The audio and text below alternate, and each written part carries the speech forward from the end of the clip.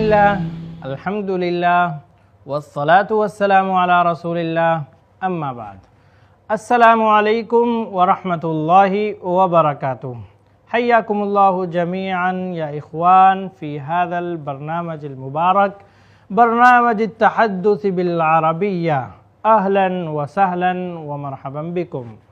ناظرین کرام، میں آپ کا استقبال کرتا ہوں عربک اسپیکنگ کورس کے اس ایپیسوڈ میں۔ امید ہے کہ آپ ہمارے اس کورس سے بہت کچھ سیکھ رہے ہوں گے۔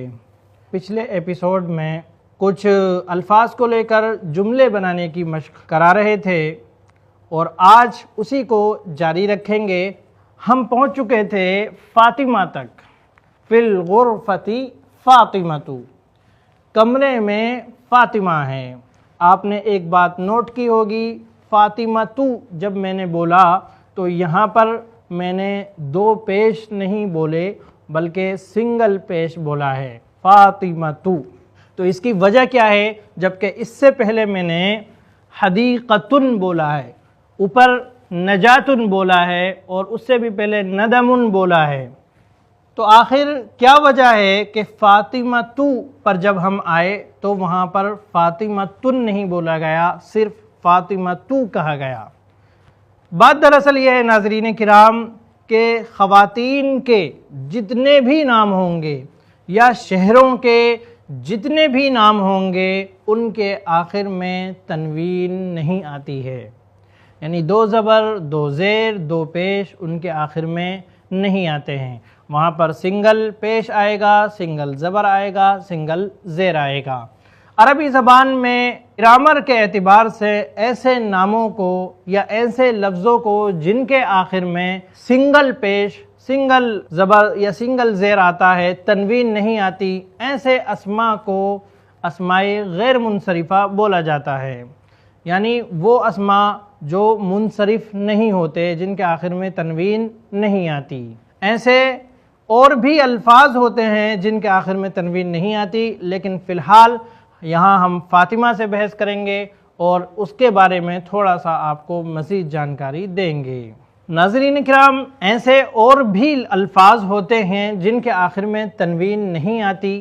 نحو کی اصطلاح میں یا عربک گرامر کی زبان میں ایسے اسماء کو غیر منصرف بولا جاتا ہے، تو اسی طریقے سے فاطمہ بھی غیر منصرف ہے۔ آئیے میں خواتین کے ناموں کی مزید مثالیں آپ کے سامنے پیش کرتا ہوں، اسی طریقے سے کچھ شہروں کے نام بھی آپ کے سامنے پیش کرتا ہوں۔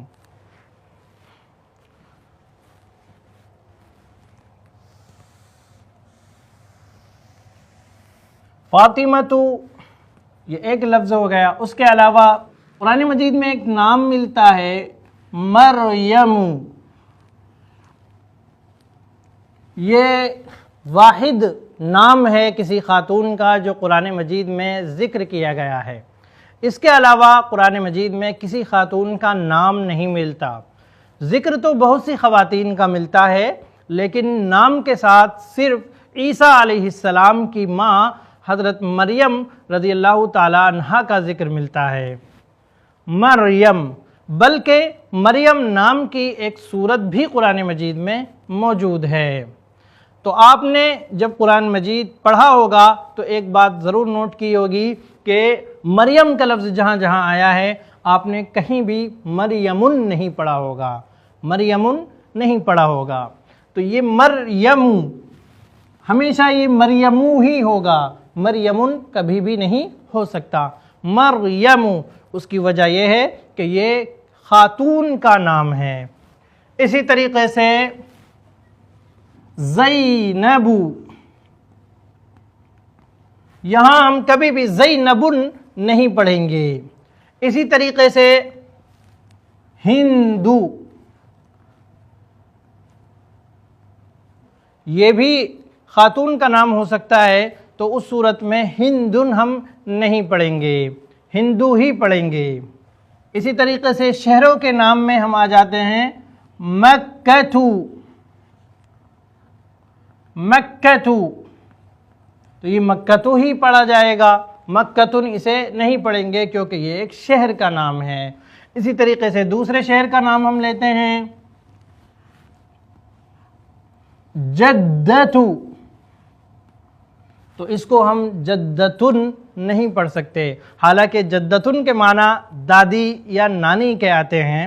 عربی زبان میں دادی یا نانی کو جدتن بولتے ہیں، اس صورت میں ہم اس پر تنوین داخل کر سکتے ہیں، جدتن کہہ سکتے ہیں۔ جیسے کوئی خاتون ہے، آپ ان کی طرف اشارہ کر کے کہہ سکتے ہیں ہذہ جدتن، یا فاطمۃ جدتن، فاطمہ دادی ہے یا فاطمہ نانی ہے۔ لیکن جب جدے سے مراد جدہ شہر ہوگا تو اس صورت میں ہم جدتو ہی کہیں گے۔ اسی طریقے سے بغدادو، بغدادو بھی یہ ایک شہر کا نام ہے، بغداد جو کہ عراق کی راجدھانی ہے، تو ہم یہاں پر کبھی بھی بغدادن نہیں پڑھ سکتے، بغدادو ہی پڑھا جائے گا۔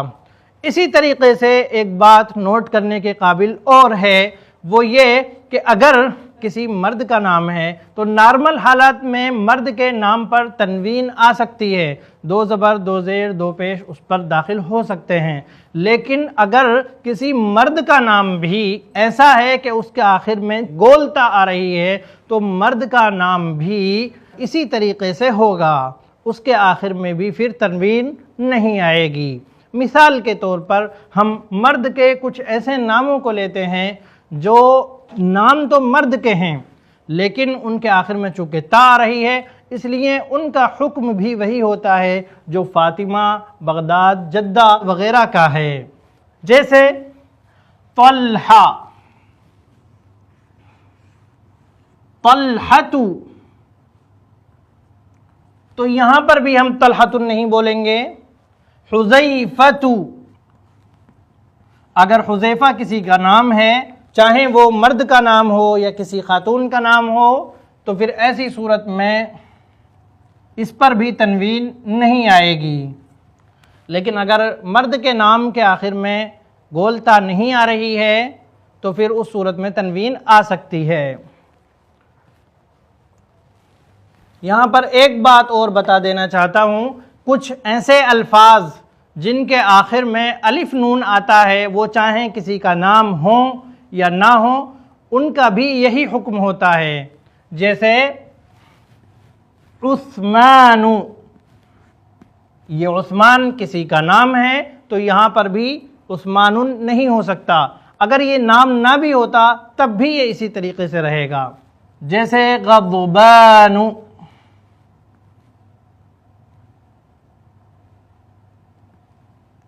کسلان۔ اسی طریقے سے ایک بات اور واضح میں کر دیتا ہوں، پھر اس کے بعد ہم پریکٹس کی جانب لوٹیں گے۔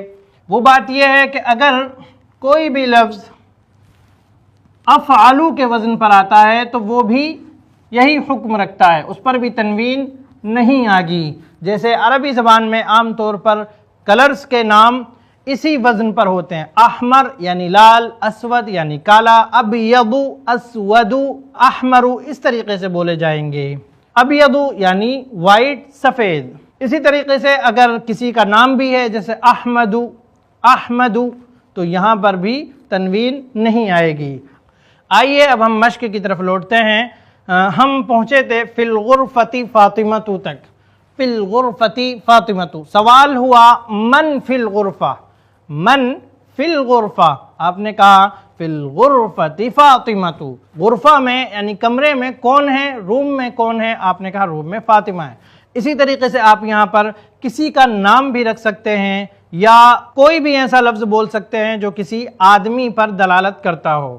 من فی الغرفہ سوال ہوا، آپ کہہ سکتے ہیں فی الغرفۃ طفل، فی الغرفۃ ام، ام یعنی ماں، یا فی الغرفۃ الام، ال لگا دیں گے تو خاص ماں ہو جائے گی، یعنی آپ کی اپنی ماں۔ فی الغرفۃ الام، غرفہ میں کمرے میں ماں ہے، اور ام کوئی ماں۔ فی الغرفۃ الوالد، فی الغرفۃ والد، والد بھی ہو سکتا ہے لیکن والد میں دوسرا احتمال بھی پایا جا رہا ہے کہ کوئی بھی والد، چاہے وہ آپ کے والد ہوں یا کسی دوسرے کے والد ہوں، لیکن اگر الوالد ہم نے بول دیا تو پھر آپ کے ہی والد مراد ہوں گے۔ اسی طریقے سے آپ کہہ سکتے ہیں فی الغرفۃ طفل، فی الغرفۃ طفل، کمرے میں ایک بچہ ہے، فی الغرفتی شیخ یا فی البیت شیخ، گھر میں ایک شیخ ہے، ایک بوڑھا ہے۔ اسی طریقے سے آپ کہہ سکتے ہیں فی الغرفتی طبیب، کمرے میں طبیب ہے، ڈاکٹر ہے۔ غرفہ کے علاوہ دوسرے لفظ بھی ہم یہاں پر رکھ سکتے ہیں، جیسے ابھی میں نے بیت کا استعمال کیا۔ اسی طریقے سے مکتب ان کے معنی ہوتے ہیں ڈیسک، ٹیبل، لیکن مکتب ان کے ایک دوسرے معنی بھی آتے ہیں، وہ ہے آفس۔ مکتب ان کے معنی آفس کے بھی ہوتے ہیں، عربی میں آفس کو مکتب بولتے ہیں۔ جیسے آپ پوچھیں گے کہ من فی المکتب، من فی المکتب، آپ کہیں گے فی المکتب مدیر، فی المکتب مہندس، فی المکتب امین، امین یعنی سیکریٹری، فی المکتب عثمان، فی المکتب خالد، فی المکتب آصف۔ اس طریقے سے آپ مشق کر سکتے ہیں اور بوقت ضرورت اس کو آپ اپنی گفتگو میں استعمال بھی کر سکتے ہیں۔ آئیے اب ہم آگے بڑھتے ہیں۔ فی التجارۃ ربح، کسی نے پوچھا ماذا فی التجارہ، ماذا فی التجارہ، کہ کاروبار میں کیا ہے؟ آپ کہیں گے فی التجارۃ ربح، فی التجارۃ ربح۔ اسی طریقے سے آپ یہ بھی کہہ سکتے ہیں وفی التجارۃ خسارۃ، فی التجارۃ ربح وفی التجارۃ خسارۃ، کہ کاروبار میں فائدہ ہے اور کاروبار میں گھاٹا بھی ہے۔ تو دونوں ہی باتیں ہوتی ہیں لیکن فائدہ زیادہ ہوتا ہے۔ فی التجارۃ ربح۔ اسی طریقے سے کسی نے پوچھا ماذا فی العمل، آپ کہیں گے فی العمل برکۃ، فی العمل برکۃ۔ ماذا فی العمل، فی العمل برکۃ، عمل میں برکت ہے، ورک میں برکت ہے۔ آپ کہہ سکتے ہیں فی القرآن برکۃ، فی الصلاۃ برکۃ، فی الزکاۃ برکۃ، فی الحیاۃ برکۃ، زندگی میں برکت ہے۔ اس طریقے سے مزید الفاظ آپ یہاں پر رکھ کر سوچ سکتے ہیں۔ اسی طریقے سے اس طرح بھی سوال کیا جا سکتا ہے فی العمل برکۃ، آپ کہیں گے نعم فی العمل برکۃ، یا آپ لا بھی کہہ سکتے ہیں۔ کسی نے پوچھا حل فی العمل برکۃ، لا۔ اگر آپ لا کے ذریعے سے جواب دیں گے تو آپ وہاں پر رک بھی سکتے ہیں اور بات کو آگے بھی بڑھا سکتے ہیں۔ اسی طریقے سے نام پر بھی آپ کا جواب کمپلیٹ ہو جاتا ہے اور اس کے بعد اس کو آگے بھی بڑھا سکتے ہیں۔ آپ سے پوچھا گیا ماذا فی الثلاجہ، ماذا فی الثلاجہ، فریج میں کیا ہے؟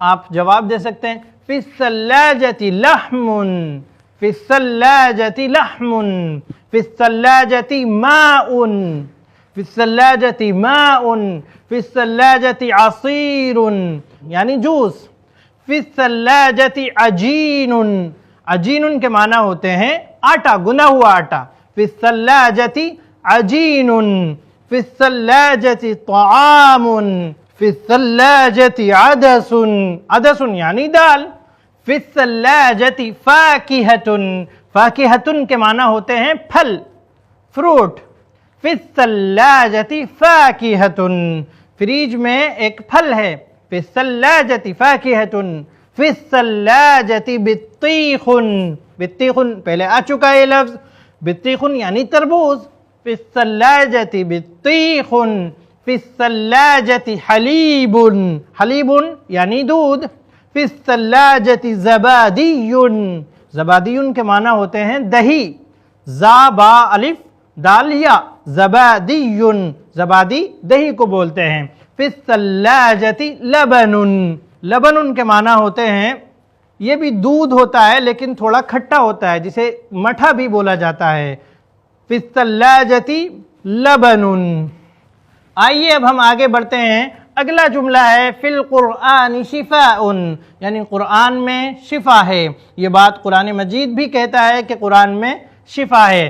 فی القرآن شفاء، آپ اسی طریقے سے کہہ سکتے ہیں فی الدواء شفاء، فی الدواء شفاء۔ اسی طریقے سے آپ کہہ سکتے ہیں فی الریاضۃ شفاء، یعنی ورزش میں، ایکسرسائز میں شفا ہے۔ یہاں پر اور بھی الفاظ آپ رکھ کے سوچ سکتے ہیں، جیسے آپ کہہ سکتے ہیں فی القرآن ہدن، فی القرآن ہدن، کہ قرآن میں ہدایت ہے، فی القرآن ہدایت، فی القرآن رشد، فی القرآن نور، فی القرآن حکمت، فی القرآن برکت۔ آئیے اب آگے بڑھتے ہیں۔ فی الطریق مسجد، طریق کے معنی ہم نے بتائے ہیں راستہ، فی الطریق راستے میں، فی الطریق مسجد راستے میں ایک مسجد ہے۔ کسی نے آپ سے پوچھا حل فی الطریق مسجد، آپ کہہ سکتے ہیں نعم فی الطریق مسجد۔ آپ کہیں سفر پر جا رہے ہیں، آپ کو پوچھنا ہے کیا راستے میں مسجد ہے، آپ سوچ رہے ہیں میں نماز کہاں پڑھوں گا، آپ پوچھ سکتے ہیں حل فی الطریق مسجد، تو سامنے والا آپ کو یہ جواب دے گا نعم فی الطریق مسجد، یا وہ کہہ سکتا ہے لا۔ اسی طریقے سے آپ کہہ سکتے ہیں فی الطریق بیت، فی الطریق محطۃ، فی الطریق مطار، فی الطریق مصنع، مصنع یعنی فیکٹری، فی الطریق شرکۃ، فی الطریق شریکۃ، شریکۃ یعنی کمپنی، فی الطریق مرکز، مرکز یعنی سینٹر، فی الطریق سیارۃ، فی الطریق حافلۃ، فی الطریق شاحنۃ۔ شاحنۃ یہ ایک نیا لفظ ہے، آپ اسے نوٹ کر لیں۔ شاحنۃ کے معنی ہوتے ہیں ٹرک، شاحنۃ بڑا ہا، بڑا شین، پھر الف، پھر بڑا ہا، پھر نون، پھر گولتا، شاحنۃ یعنی ٹرک۔ آئیے اب ہم آگے بڑھتے ہیں۔ فی الحدیث حکمت، فی الحدیث حکمت۔ کسی نے آپ سے پوچھا ماذا فی الحدیث، یعنی حدیث میں کیا چیز ہے کہ آپ روزانہ حدیث حدیث حدیث کہتے ہو، حدیث پڑھتے ہو، تو آپ کہہ سکتے ہیں فی الحدیث حکمت، فی الحدیث خیر، خیر یعنی بھلائی، فی الحدیث خیر، فی الحدیث شریعت، فی الحدیث دین، حدیث میں دین ہے۔ آئیے اب ہم آگے بڑھتے ہیں۔ اگلا لفظ ہے فی القاعۃ مکیف، قاع کے معنی ہوتے ہیں حال، مکیف یعنی ایسی، فی القاعۃ مکیف۔ کسی نے آپ سے پوچھا ماذا فی القاعۃ، یعنی حال میں کیا ہے، تو آپ اس کو بہت سی چیزیں گنا سکتے ہیں۔ جیسے حال میں اگر ایسی ہے تو آپ کہیں گے فی القاعۃ مکیف، فی القاعۃ کرسی، فی القاعۃ مکتب، مکتب یعنی ٹیبل، اور فی القاعۃ طاولۃ، طاولۃ کے معنی بھی ٹیبل کے آتے ہیں۔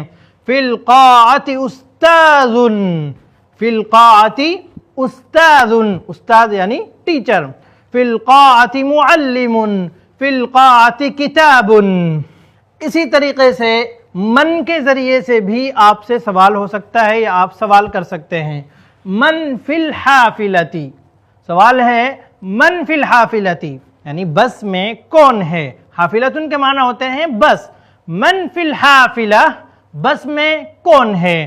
لیکن یاد رکھیں جب بھی من کے ذریعے سے آپ سے سوال کیا جائے گا تو اس کا مطلب یہ ہے آپ سے کسی چیز کے بارے میں سوال نہیں کیا جا رہا بلکہ کسی شخص کے بارے میں سوال کیا جا رہا ہے، تو آپ اس کا جواب کسی شخص سے ہی دیں، کسی شخص کا ذکر کریں، چاہے وہ آدمی ہو چاہے وہ کوئی خاتون ہو، آپ اس کا جواب کسی چیز سے نہیں دیں گے۔ جیسے آپ سے پوچھا گیا من فی الحافلہ یا من فی القاعہ، حال میں کون ہے، تو آپ یہ نہیں کہیں گے فی القاعۃ مکیف۔ پوچھا گیا من فی القاعہ، آپ ہرگز نہیں کہیں فی القاعۃ مکیف، لا، بلکہ آپ کو یہ کہنا ہے من فی القاعہ، فی القاعۃ مدرس، فی القاعۃ امرأۃ، فی القاعۃ مدرب، مدرب یعنی ٹرینر۔ اسی طریقے سے فی الحافلۃ امرأۃ۔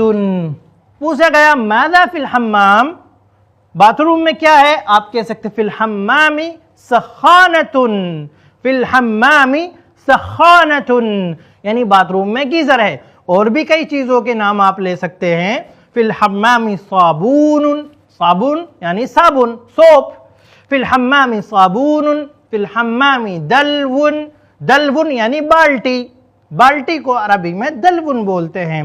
فی الحمام منشفۃ، منشفۃ یعنی ٹاول۔ ماذا فی الغسالہ، فی الغسالۃ قمیص، فی الغسالۃ لباس، فی الغسالۃ ثوب، فی الغسالۃ رداء، ثوب یعنی کپڑا، لباس یعنی لباس، اور رداء کے معنی ہوتے ہیں چادر۔ پوچھا گیا ماذا فی الشنطہ، آپ کے ہاتھ میں ایک بیگ ہے، کسی نے پوچھا ماذا فی الشنطہ، بیگ میں کیا ہے؟ آپ جواب دے سکتے ہیں فی الشنطۃ حاسوب، کہ بیگ میں لیپ ٹاپ ہے، فی الشنطۃ حاسوب، فی الشنطۃ جوال، فی الشنطۃ محفظۃ۔ محفظۃ کے معنی ہوتے ہیں میم ہا فا ضوئے اور گولتا، محفظۃ یعنی پرس، فی الشنطۃ محفظۃ، فی الشنطۃ فلوس، فلوس کے معنی ہوتے ہیں پیسے، فی الشنطۃ لباس، بیگ میں لباس ہے۔ ناظرین کرام، آج کے اس ایپیسوڈ میں بس اتنا ہی، مجھے دیجیے اجازت، انشاءاللہ پھر ملاقات ہوگی اگلے ایپیسوڈ میں کچھ نئی چیزوں کے ساتھ۔ السلام علیکم ورحمۃ اللہ وبرکاتہ۔